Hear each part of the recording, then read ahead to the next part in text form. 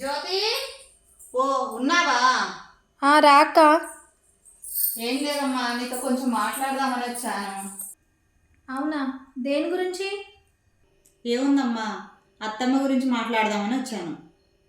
అత్తమ్మ గురించా? అత్తమ్మ గురించి మాట్లాడేది ఏముంది? ఏముంది, అత్తమ్మని మా ఇంటికి రమ్మంటే రానే రాదు.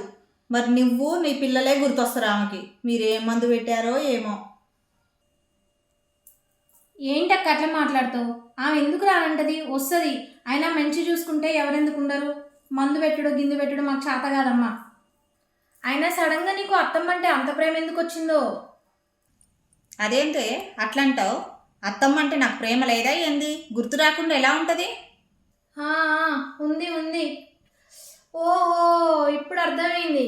అత్తమ్మ భూమమ్మిన పైసలు వచ్చినాయి కదా, అందుకే నీకు సడన్గా ఇంత ప్రేమ గుర్తుకొచ్చుంటుంది. అబ్బచ్చా, నువ్వేమన్నా ఆమెను ఊరికనే చూసుకుంటున్నావా?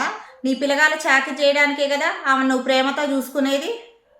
ఆ మాటకు వస్తే నీ పిల్లలకు కూడా ఆమె చేసి పెట్టింది. ఇప్పుడు నీ పిల్లలు పెద్దగా అయ్యారు, నా పిల్లలు చిన్నగా ఉన్నారు. ఏదో వాళ్ళతో పాటు ఆడుకుంటూ సరదాగా ఉంటుంది అక్కడ.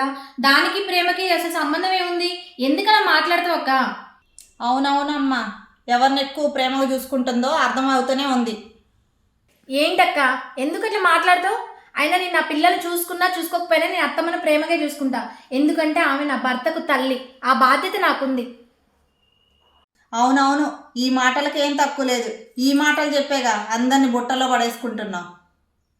ఏంది బుట్టలో వేసుకోవడమా?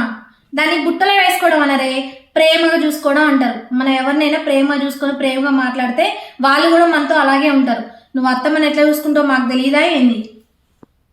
అవును, మరి నాకు మాయ మాటలు చెప్పి బుట్టలో వేసుకోవడం రాదమ్మా. ఏదున్నా మొహం మీదే చెప్పేస్తా. ఏ ఏంది పిచ్చి పిచ్చి మాట్లాడుతున్నావు? ఎంత చెప్పినా అర్థం కాదా?